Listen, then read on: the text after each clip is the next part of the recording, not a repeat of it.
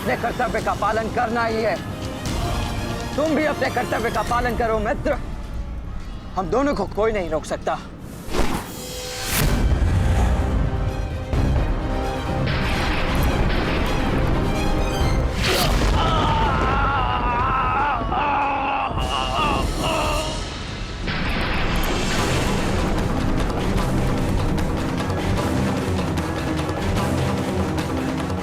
रुक जा वृषसेन, मुझे विवश मत करो। मैं केवल वो कर रहा हूं जो मेरे वश में है।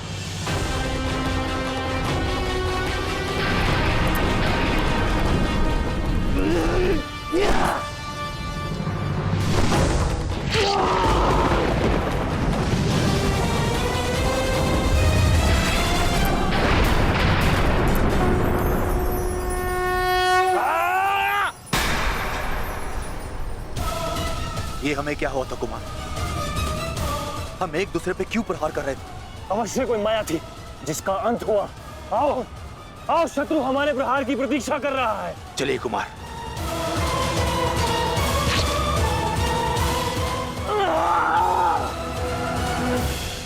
तुम्हारे कौशल और शौर्य को नमन है वृषसेन। अनुमान नहीं था कि कौरव सेना में ऐसे कुशल योद्धा से सामना होगा। सूर्यास्त में समय अभी शेष है अभिमन्यु, और हमारे तुनीरों में बाण नहीं। तो समय व्यर्थ ना करते हुए द्वंद्व आरंभ करें। तो मैं प्रस्तुत हूं योद्धा।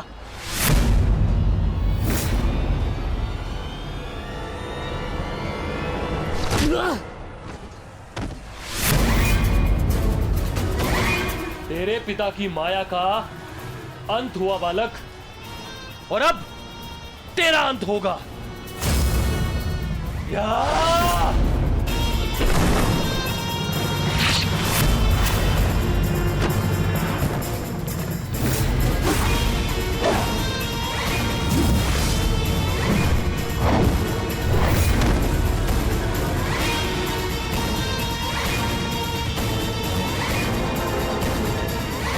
हार तब नहीं होती जब मनुष्य पराजित होता है। हार तब होती है जब वो हार मान जाता है। हार मत स्वीकारना पुत्र। इस कुरुक्षेत्र की भूमि को, इस महाभारत के युद्ध को तुम्हारी आवश्यकता है। अभी बहुत द्वंद्व शेष है। उठो, अपने क्रोध को, अपने साहस को, अपने विश्वास को एकत्रित करो। उठो और युद्ध करो। उठो पुत्र, उठो पुत्र, उठो पुत्र।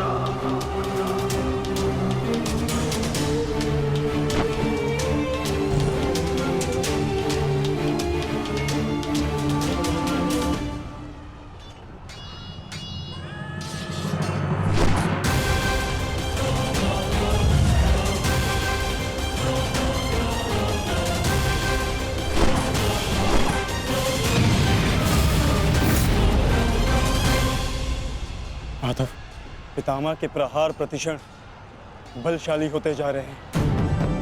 हम उन्हें बहुत समय तक रोक नहीं पाएंगे। रोकना तो पड़ेगा पार्थ। जितना समय तुम इन्हें रोकोगे उतना समय भीम को मिलेगा कि वो दुर्योधन को परास्त कर युधिष्ठिर के समक्ष आत्मसमर्पण करने को विवश कर सके।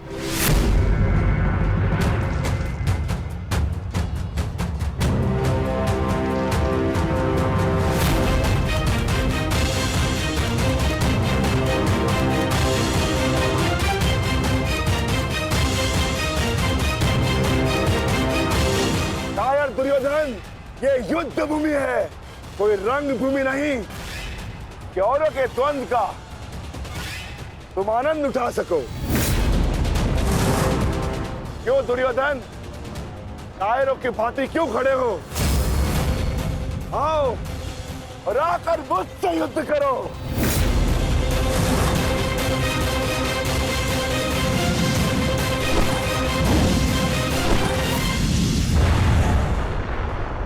पुत्र, शीघ्रता कीजिए।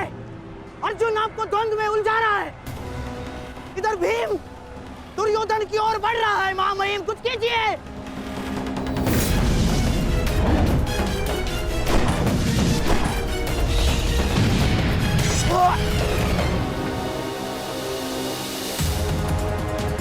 साथी,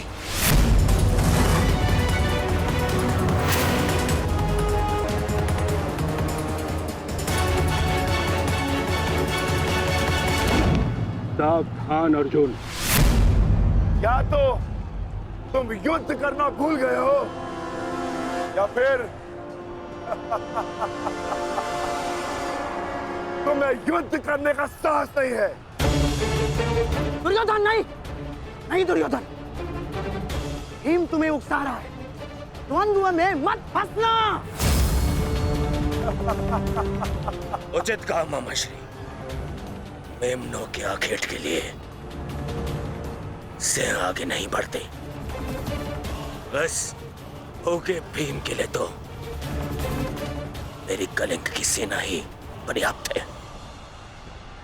कलंक के वीरों,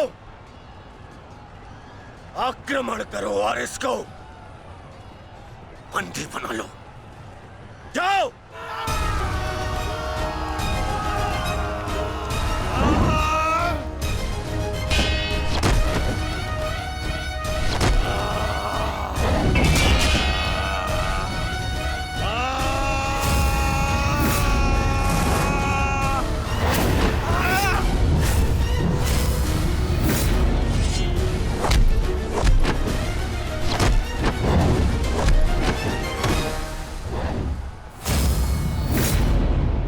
दुर्योधन, बस ये इतने से थे? अरे इनसे तो युद्ध करके मेरे हाथ पैर भी नहीं खुले।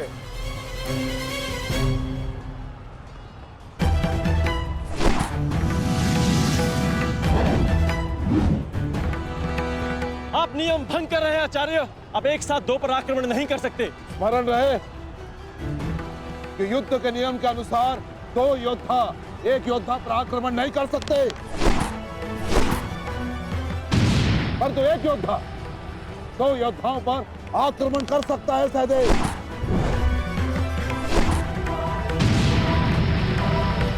क्या करें नकुल? कुछ करना होगा। हमें गुरु दौड़ को रोककर अधिक से अधिक हमें भ्राता भीम को देना होगा। युद्ध सभा में चीख चीख कर अपने पौरुष का बखान करने वाले एक नपुंसक के भांति क्यों खड़े हो?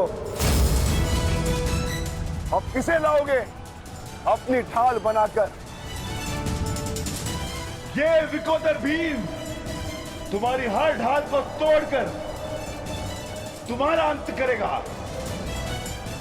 मैं तुम्हारे प्राण लेकर रहूंगा कायर दुर्योधन।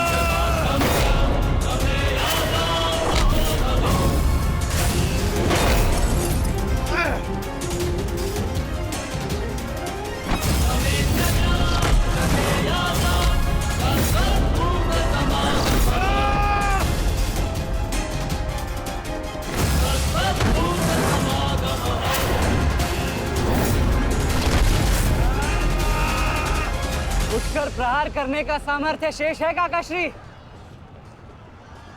या पराजय स्वीकार करते हैं? जय और पराजय की चुनौती बराबरी के योद्धाओं को दी जाती है बालक। प्रतीत होता है कि अभी तक तुम्हें कोई समर्थ योद्धा नहीं मिला।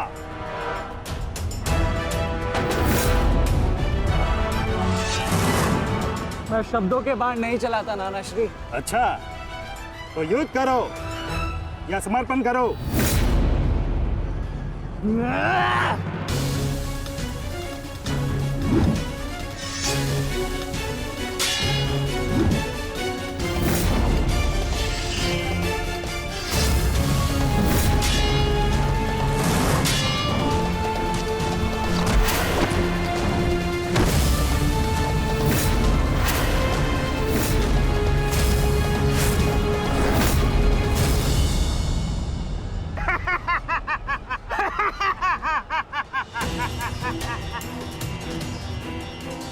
क्या हुआ, थक गए?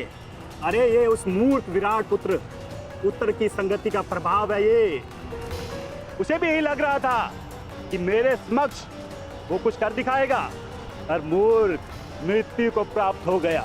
मृत्यु को चींटी की भांति इन्हीं हाथों से मसल दिया मैंने उसे। पीछे हट जाओ अभिमन्यु, अन्यथा उत्तर से कहीं पीड़ादायक मृत्यु मिलेगी, मृत्यु। तो ये समझिए कि आज उत्तर का प्रतिशोध पूर्ण होगा।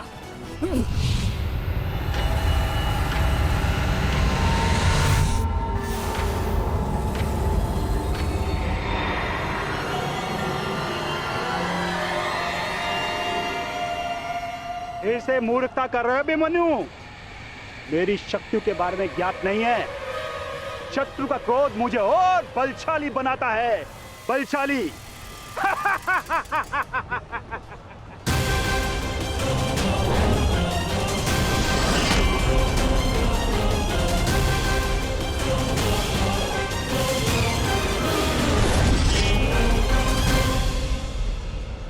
इतना ललकारने के पश्चात भी तुम रथ पर छिप कर बैठे हो दुर्योधन। मैं भी कैसा मूर्ख हूं, एक नपुंसक के वध की प्रतिज्ञा कर बैठा। आज तुमने यह सिद्ध कर दिया कि तुम एक क्षत्रिय नहीं बल्कि एक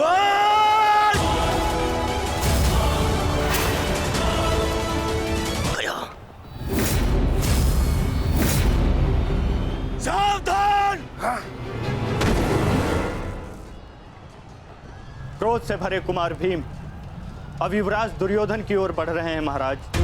मेरा दुर्योधन किसी संकट में तो नहीं ना? कहीं ऐसा तो नहीं कि भीम युद्ध के दूसरे दिन ही पांडव पक्ष को जयश्री दिलवा दे?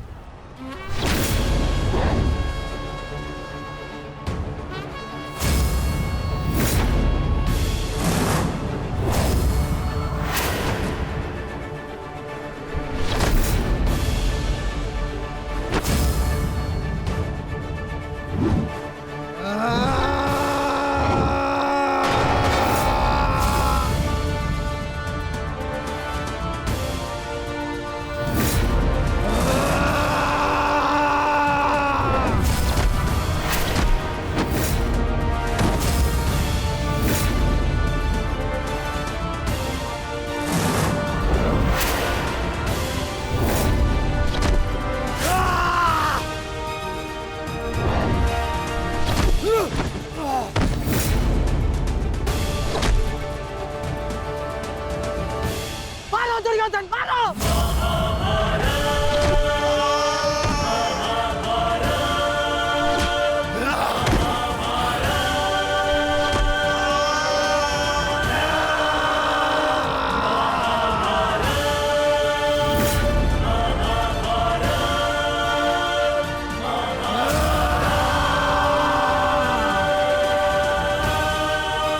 क्या हुआ गदाधारी भीम? अब दिखाओ तुम्हारा पौरुषत्व। या कहो तो हस्तिनापुर की स्त्रियों से आभूषण लाके तुम्हें पहना दूं? क्या हुआ?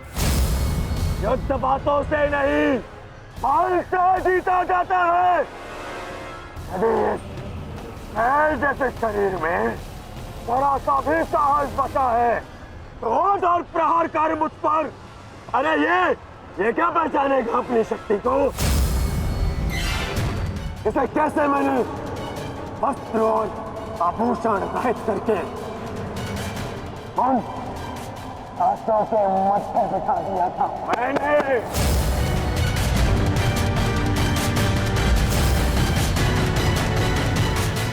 कदाचित ये भी भूल गया है कि कैसे मैंने बड़ी सभा में उस दासी द्रौपदी को उसका उचित स्थान दिखाया था।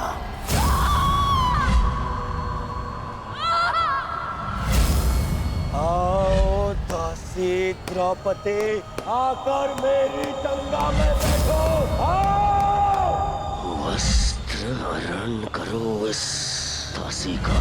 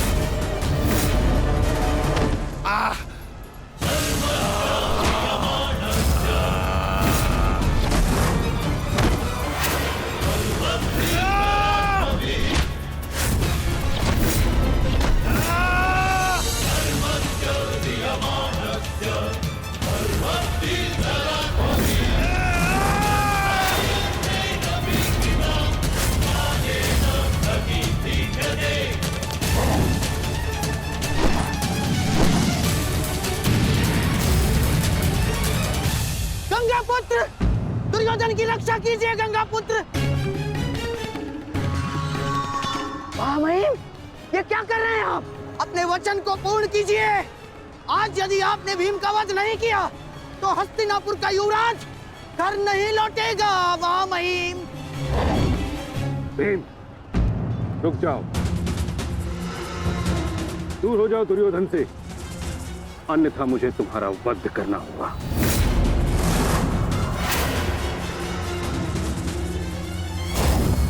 सावधान पितामह, यदि आपने भ्राता भीम पर प्रहार किया तो मुझे विवश होकर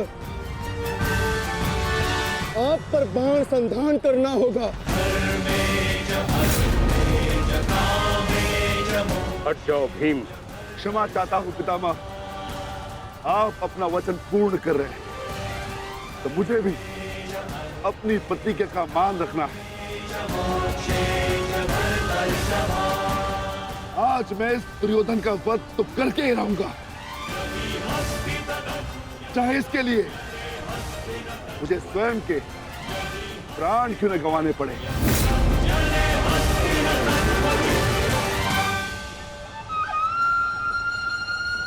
स्वयं के प्राण गंवा सकते हो भीम, परंतु क्या अपने दोनों भ्राताओं को इस आहुति में झोंक दोगे तुम? तुम्हारी इस भूल का फल नकुल और सहदेव को भुगतना होगा भीम। जरा देखो उधर।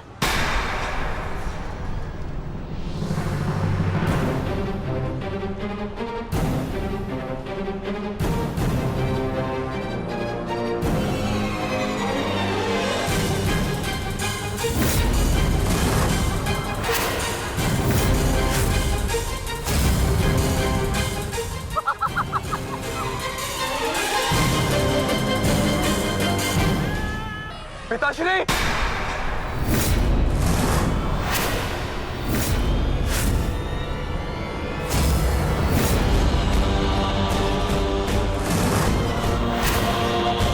शस्त्र को नीचे करिए द्रोण, अन्यथा सदैव के लिए पुत्र से हाथ खो बैठोगे।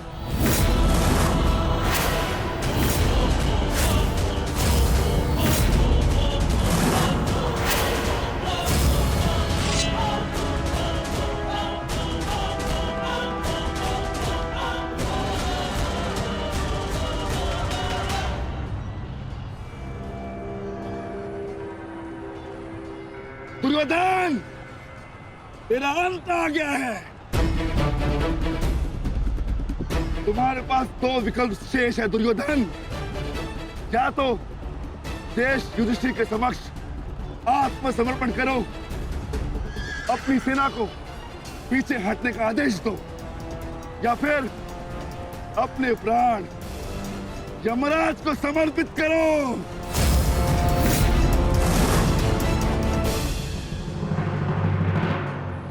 मारो भीम, मारो, शीघ्रता करो भीम। इतनी भी क्या शीघ्रता है राजकुमार युधिष्ठिर?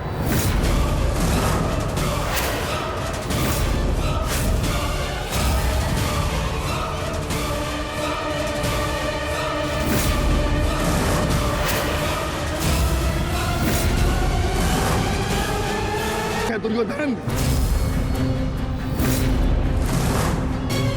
मारो भीम, मारो, शीघ्रता करो भीम। इतनी भी क्या शीघ्रता है राजकुमार युधिष्ठिर?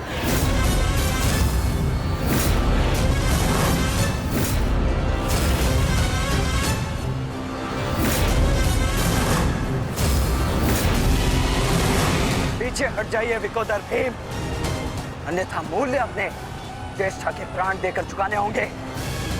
नहीं भीम, नहीं, मेरी चिंता मत करो, अपना वचन पूर्ण करो। ऐसा अवसर दोबारा नहीं मिलेगा अनुज। मत करो इस दुर्योधन का, पांचाली के अपमान का प्रतिशोध दो भीम। मारो इस दुर्योधन को। एक बार पुनः सोच लीजिए, अवसर दोबारा मिल सकता है, परंतु देश के प्राण दोबारा नहीं लौटेंगे। मारो भीम, मारो।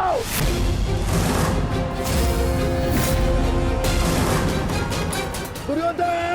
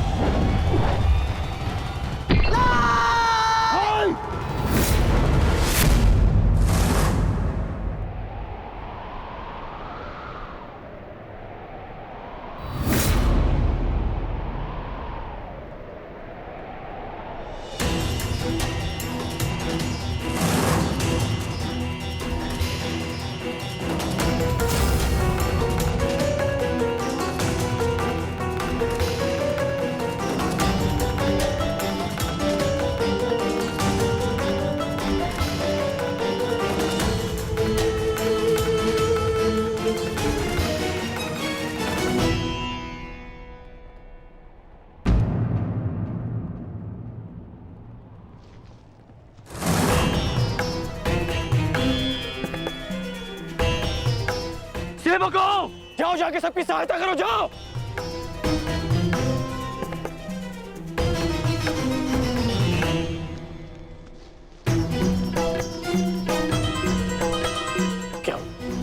क्या हुआ?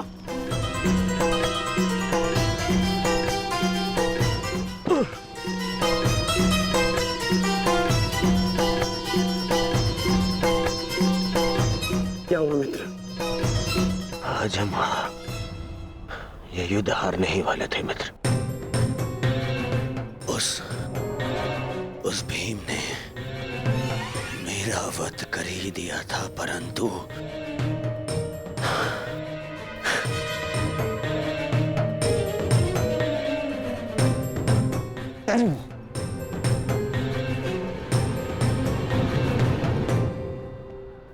ठीक समय पर आकर वृषसेन ने पूरी परिस्थिति को ही बदल दिया।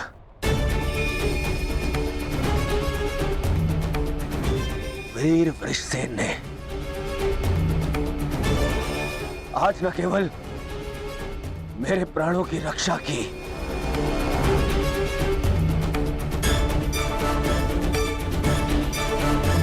अभी तो कौरव सेना को एक लज्जाजनक हार से भी बचाया।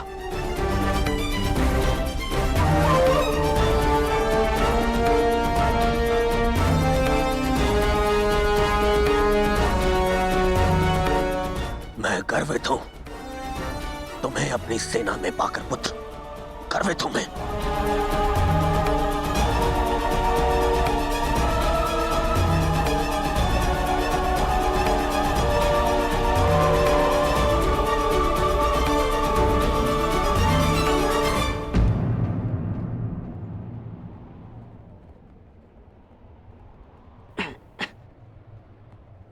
आप फिर से मेरे घाव देख रहे हैं ना पिताश्री? और मैं फिर से यही कहूंगा, चिंता मत कीजिए। आज का युद्ध समाप्त हुआ और युद्ध भूमि में जो कुछ भी हुआ उसे भुला देना ही श्रेयस्कर है। अपितु उन बाधाओं को समझने का प्रयास करना चाहिए जो हमें विजयश्री बनने या प्राप्त करने से रोक रही है।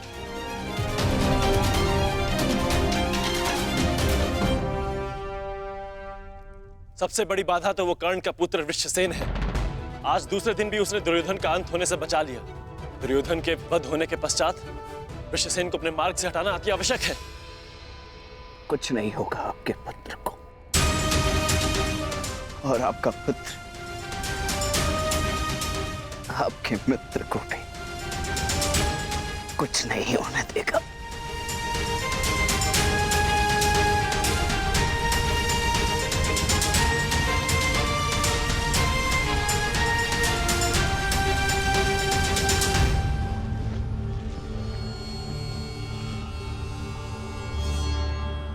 मित्र, आज का दिन हमारे पक्ष में नहीं था। तुम हमारे साथ होते तो कदाचित ऐसा नहीं होता।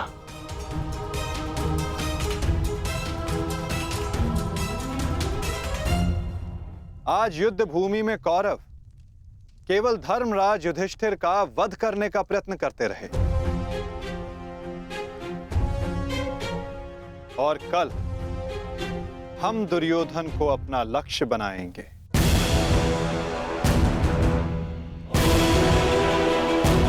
क्योंकि दुर्योधन के अंत के साथ कौरवों की पराजय भी निश्चित है।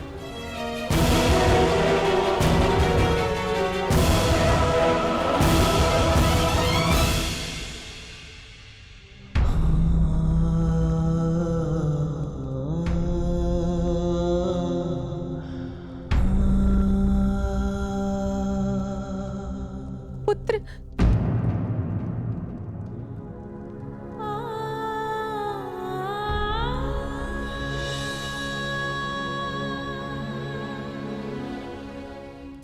क्या दशा बना दी है इस युद्ध ने तुम्हारी। अरे माता, आप कब आई? माता हूं।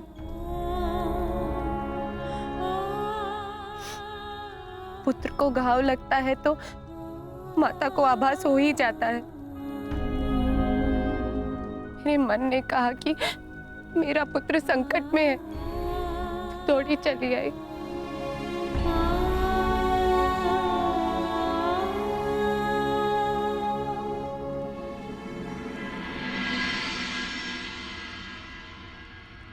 परंतु आप भी तो इसके पिता हैं।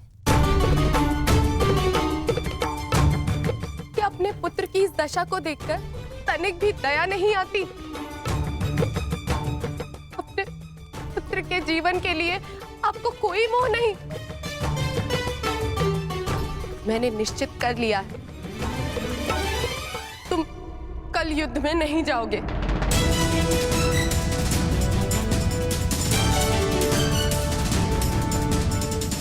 परंतु माता, मैंने कहा ना, ये मेरा अंतिम निर्णय है। पिताश्री, ये तुम्हारे अतिरिक्त कौरव सेना में और भी कुशल योद्धा है। निश्चित रूप से कौरव सेना में कुशल योद्धाओं की कमी नहीं है पिताश्री, परंतु वृषसेन वो उन सबसे भिन्न है। उसकी सोच, उसकी प्रतिभा, उसका तेज प्रशंसनीय है। उससे द्वंद्व करते समय मैंने बहुत कुछ सीखा। यदि वो कौरव के पक्ष में ना होता तो निश्चित रूप से मेरा अभिन्न मित्र होता।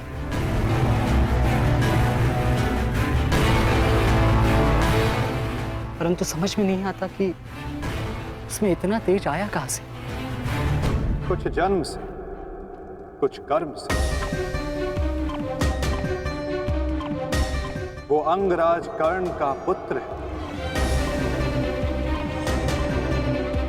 जिसके मन में मृत्यु का भय नहीं, अपने कर्तव्य की ओर पूर्ण आत्मसमर्पण है। उस पर तेज स्वतः ही आ जाता है अभिमन्यु।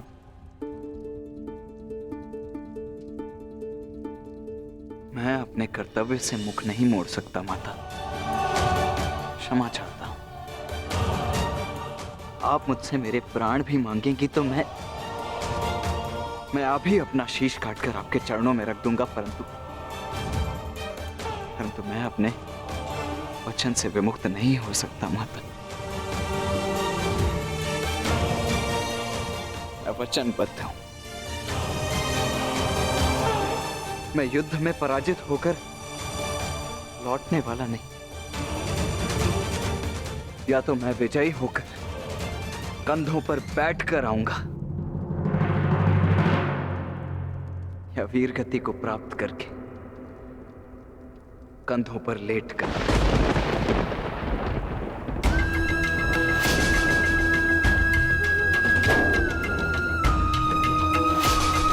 ये आपका पुत्र क्या बोल रहा है? अब आप सुन रहे हैं ना? मैं आपसे हाथ जोड़कर विनती करती हूँ स्वामी, रोकिए इसे।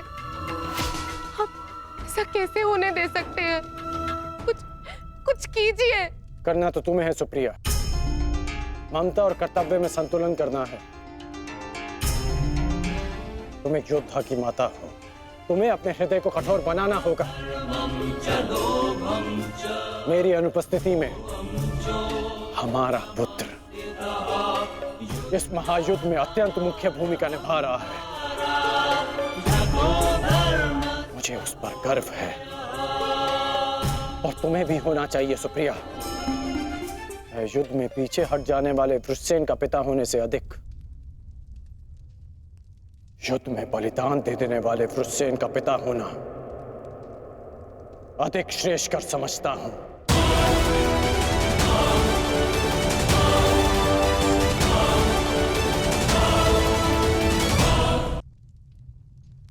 और तुम्हें भी समझना चाहिए सुप्रिया, तुम उसकी माता हो, उसकी शक्ति बनो, उसकी दुर्बलता नहीं। हर मनुष्य अपना लक्ष्य चुनता है और मैंने और वृषसेन ने भी अपना लक्ष्य चुन लिया है। हमारा लक्ष्य ये महायुद्ध है और युद्ध बलिदान मांगता है। यदि वो बलिदान मेरा या मेरे पुत्र का होगा तो हमसे अधिक भाग्यशाली और कोई नहीं होगा सुप्रिया। परंतु मैं इसकी माता हूं। हर कोई जो इस युद्ध में है उसकी भी माता है, वो भी किसी का भाई, बेटा, पिता या पति है। यदि हर माता तुम्हारी भांति विलाप करने लग जाए तो इस युद्ध में योद्धा रिक्त हो जाएंगे। जब युद्ध क्षेत्र में मृत्यु समक्ष खड़ी होती है तो योद्धा पुकारता है, हे मृत्यु, तैयार यदि तू आने को, प्रसन्न मुख आ, द्वार खुला है, तेरा स्वागत, प्रसन्न मुख आ।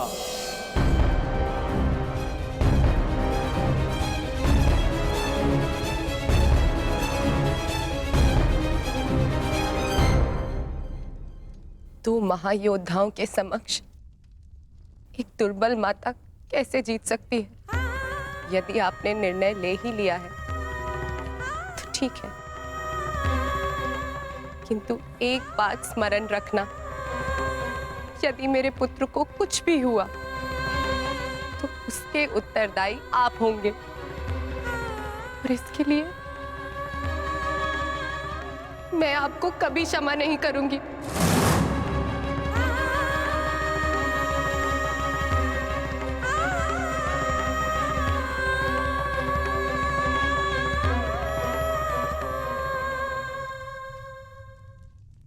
आज युद्ध भूमि में पांडवों का प्रयास था कि दुर्योधन पर वश पालें, कल भी कदाचित उनका यही प्रयास होगा। इस कारणवश हमें सज्ज रहने की आवश्यकता है।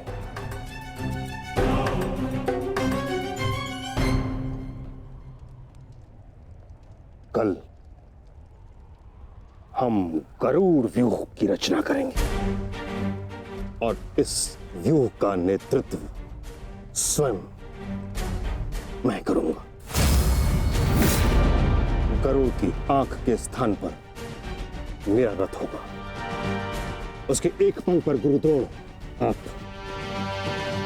और दूसरे पंख पर अश्वत्थामा, मध्य में मद्रराज शैल्य और युवराज दुर्योधन अंतिम रेखा पे रहेंगे।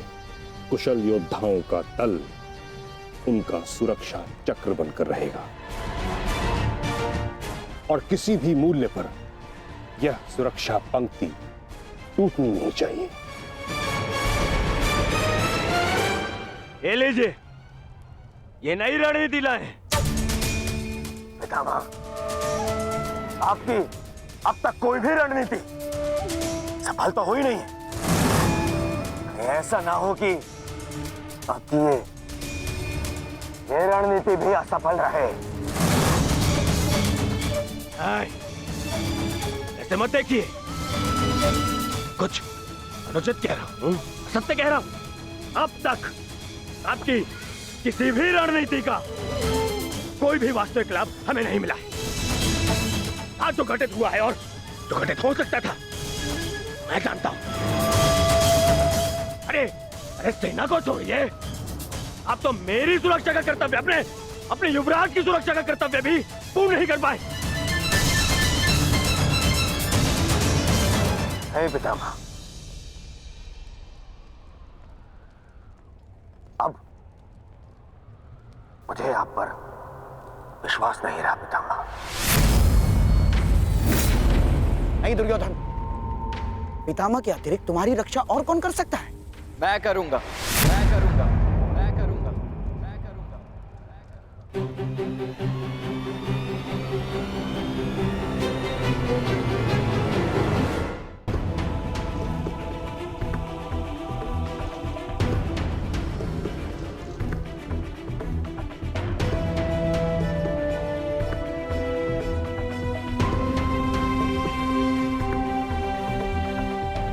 मैं मानता हूं मैं महामहिम के समक्ष कुछ भी नहीं, और मैं हृदय से उनका सम्मान भी करता हूं।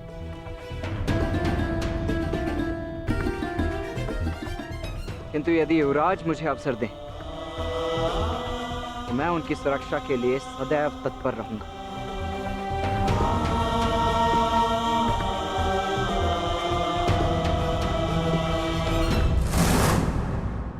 आपका क्या मत है वासुदेव? कल कौरव किस रणनीति के साथ युद्ध क्षेत्र में उतरेंगे?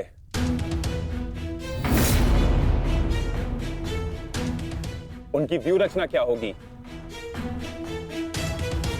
व्यूह रचना चाहे जो भी हो, किंतु आज जो रणभूमि में हुआ उसके पश्चात यह निश्चित है कि दुर्योधन की रक्षा हेतु वे उसे सेना की अंतिम रेखा में ही रखेंगे, क्योंकि वो जानते कि दुर्योधन ही हमारा लक्ष्य है।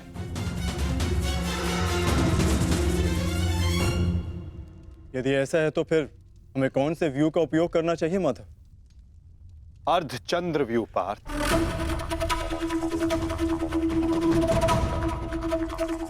उसी व्यू के कारण हम दुर्योधन को रणभूमि की ओर ला पाएंगे।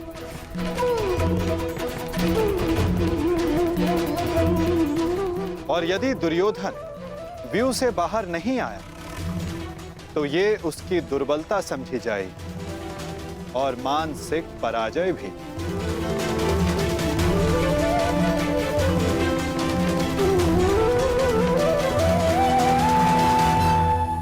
कल दुर्योधन की रक्षा कोई नहीं कर पाएगा, वो चाहे आचार्य द्रोण हो या पितामह अश्वत्थामा हो या दुशासन या फिर वृक्षसेन। कल जो भी योद्धा मेरे और दुर्योधन के मध्य आएगा तो या तो रणभूमि छोड़ेगा या फिर ये संसार। मेरे पिताश्री आप पर पूर्ण विश्वास करते हैं युवराज, और मैं अपने पिताश्री की ओर से आपको यह वचन देता हूं कि जब तक मेरे शरीर में अंतिम श्वास रहेगी तब तक मैं युद्ध भूमि में आपकी सुरक्षा के लिए प्रस्तुत रहूंगा।